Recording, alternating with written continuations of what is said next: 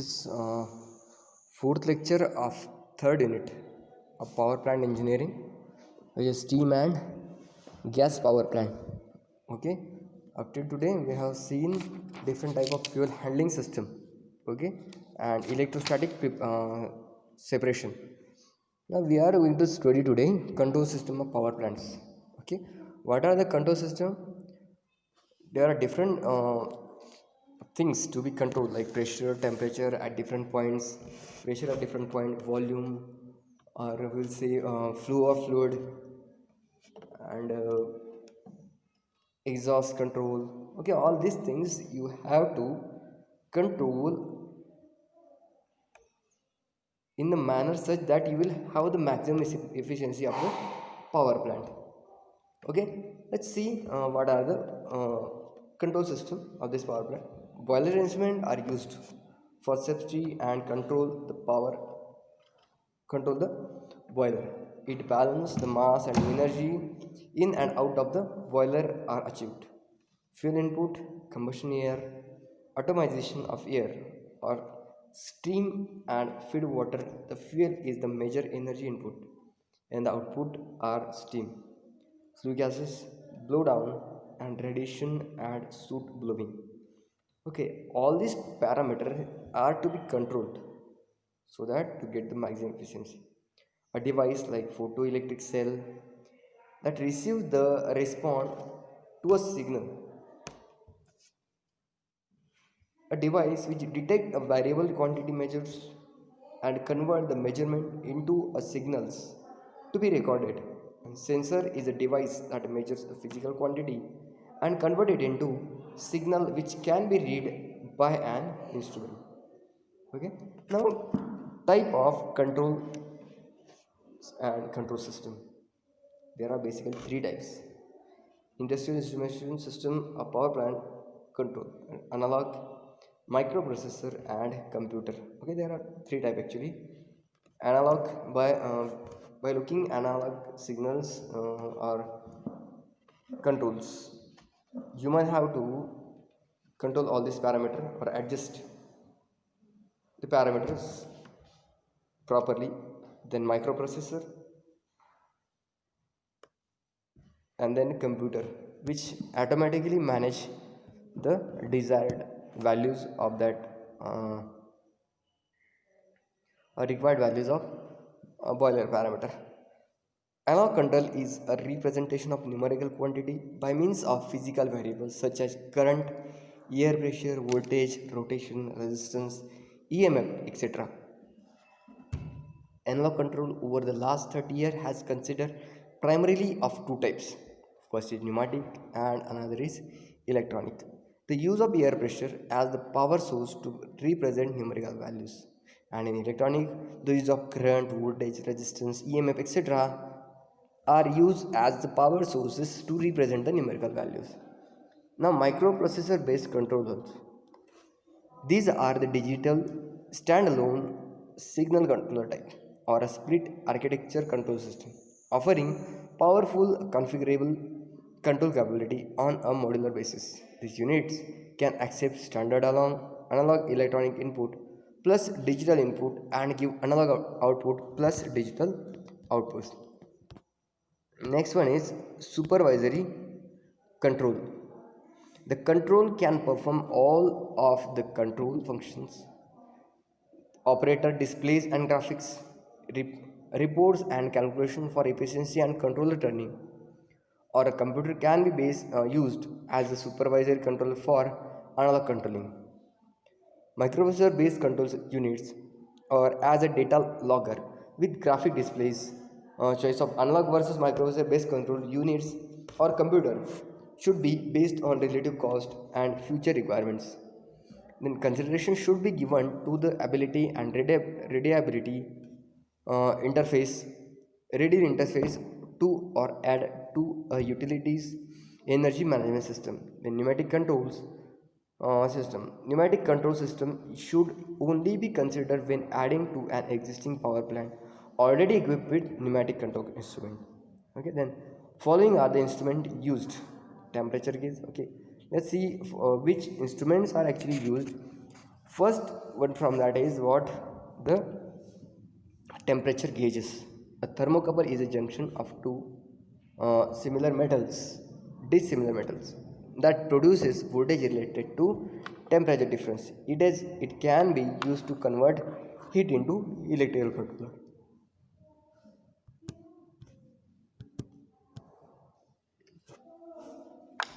Okay, understand this? Then feed water temperature. The things which we have to, or temperature at these places we have to measure: feed water temperature, oil temperature, flue gas temperature, and water temperature. Fluid flow measurement gauges, that is rotometer. Steam flow measurement, then combustion air flow measurement. It provide an indication of excess of air in the flue gas, so it gives alarm and trim. So instrument control combustion air, that is pitot tube. Pressure measurement: steam pressure, feed water pressure, gas pressure, oil pressure, draft pressure. All these things you have to measure in case of pressure. And then flow, fluid flow, air supply, temperatures. These are the different parameters to be measured. And drum water level. Okay, then you will need a level indicator. Okay, when rapid increase in load, you can see here drum water leveler or level control.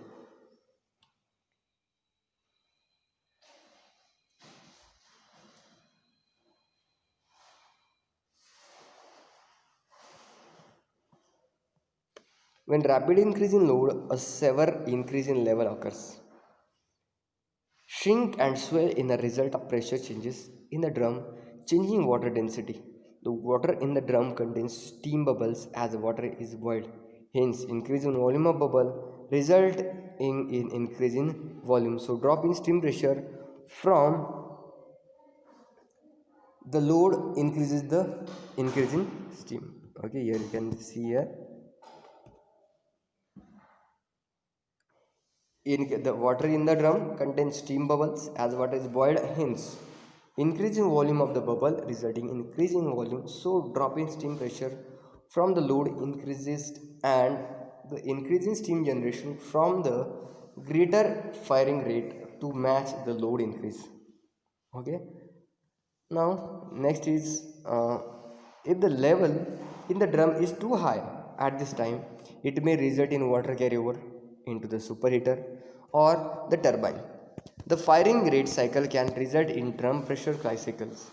And the drum pressure cycle will cause a change in drum level. The firing rate changes has an effect on drum level. The significant cause of shrink and swell is rapid changes in drum pressure, expanding or shrinking the steam bubble due to load changes. Combustion control. Combustion control comprise a series of devices on a boiler developed to safety steam demands automatically and economically by controlling furnace and combustion rates. Through adjustment of the burning component, like while maintaining a constant set point such as fixed but adjustable pressure or temperature, and an optimum ratio of fuel to air for the metering type, that is proportioning plus reset plus rate action, and then combustion safeguard. Next one, here you can see the metering type, combustion control. Okay,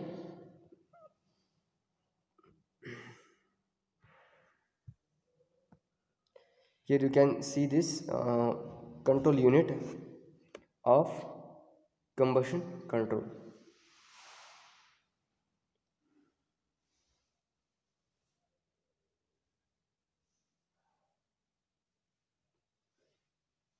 For proper burning of fuel, so that, or to reduce wastage of the fuel, or to reduce incomplete combustion of the fuel, the air must be uh, added to that fuel in proper proportion, so that this combustion controller is used.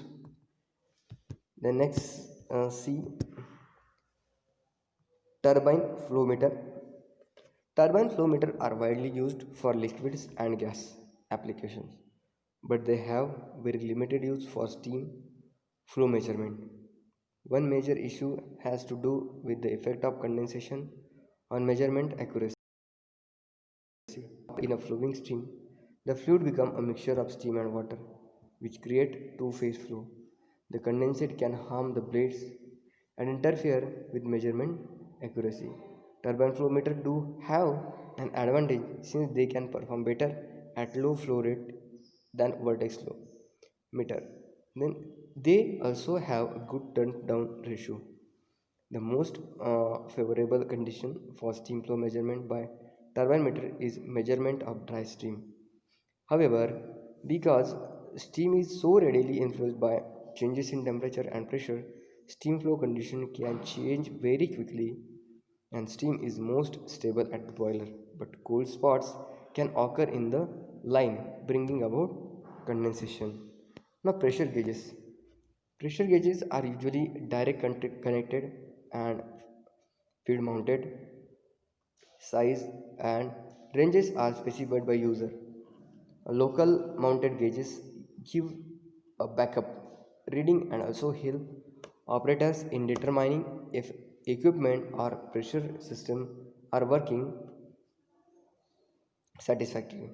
Accuracy is normally between 0.5 to 1% of span. For test and calibration purpose, use 0.25 to 0.5% gauges. Pressure control loop may be used for control of boiler pressure, uh, deaerator, deaerator pressure, radiator pressure, auxiliary steam pressure, bleeding heating steam pressure, and fuel oil pressure. For control of boiler pressure, the final control element regulate fuel flow to the boiler in response to boiler other pressure application. The final control element is usually a pressure reducing control valve which regulates in response to downstream pressure.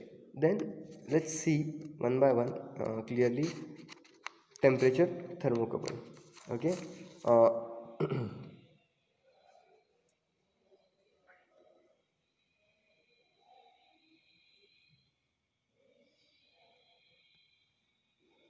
the basic type of temperature sensor are thermometer, thermocouple, and resistant temperature detector. Okay, these temperature sensors are of three four types. Temperature sensor are thermometer. Okay, you have seen that thermocouple that we just have discussed, and resistance temperature detector. Let's see one by one them. First one is thermometer. Thermometer are located on equipment and piping to provide local temperature indication. Mercury thermometer convert measure temperature into expansion and contraction of a liquid, which can be read on calibrated glass tube. A thermocouple convert temperature to an output voltage, which can be read by voltmeter. Thermocouple provide reliable and accurate temperature measurement for most remote temperature sensing application. Okay, that means you can use that thermocouple at long distance and you can have this the result in the signal in the digital form on your computer screen. But by this thermometer you cannot have this advantage because you have to go to at that place and take the reading. But in this case of thermocouple,